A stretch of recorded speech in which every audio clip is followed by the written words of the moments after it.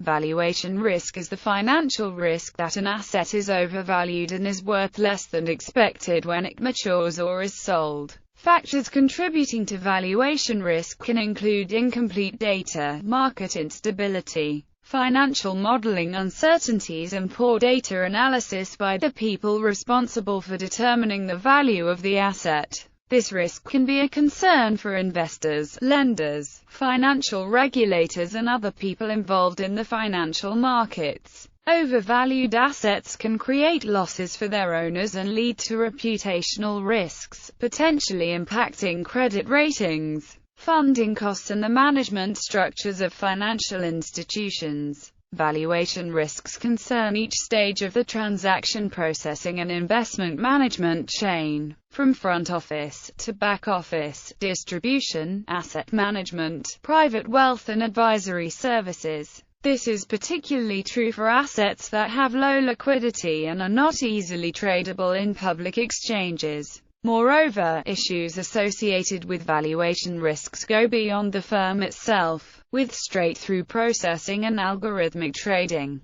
Data and valuations must remain synchronized among the participants of the trade processing chain. The executing venue, prime brokers, custodian banks, fund administrators, transfer agents, and audit share files electronically and try to automate such processes, raising potential risks related to data management and valuations. To mitigate this risk, it is important to provide transparency and ensure the integrity and consistency of the data, models, and processes used to process and report calculations within valuations for all participants. Background: the growth and diversity made in financial engineering has led to highly creative and innovative strategies where new products and new structures are offered at very fast pace on the market. As most innovations are first proposed on over-the-counter markets, they tend to rely on financial models, sometimes combining several models together.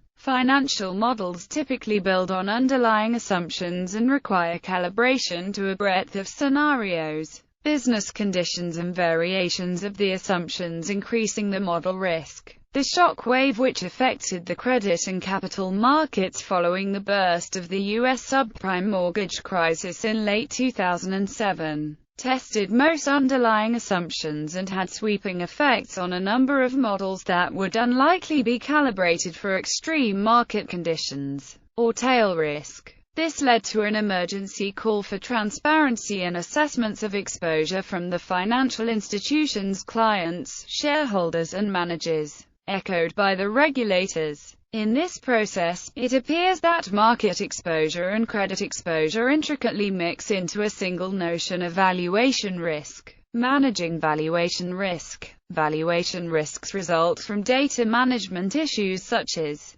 accuracy, integrity, and consistency of static data. Accuracy and timeliness of information such as corporate events, credit events, or news potentially impact them. Streaming data, such as prices, rates, volatilities, are even more vulnerable as they also depend on IT infrastructure and tools, therefore adding a notion of technical and connectivity risk. Some financial institutions have set up centralized data management platforms, open to multiple sources of static and streaming data where all financial instruments traded or held can possibly be defined, documented, priced, historized, and distributed across the enterprise. Such centralization facilitates data cleansing, historizing, and auditing, allow organizations to define and control pricing and valuation procedures as required for compliance. For OTC instruments, the platforms also involve the definition and storage of underlying information such as yield curves and credit curves,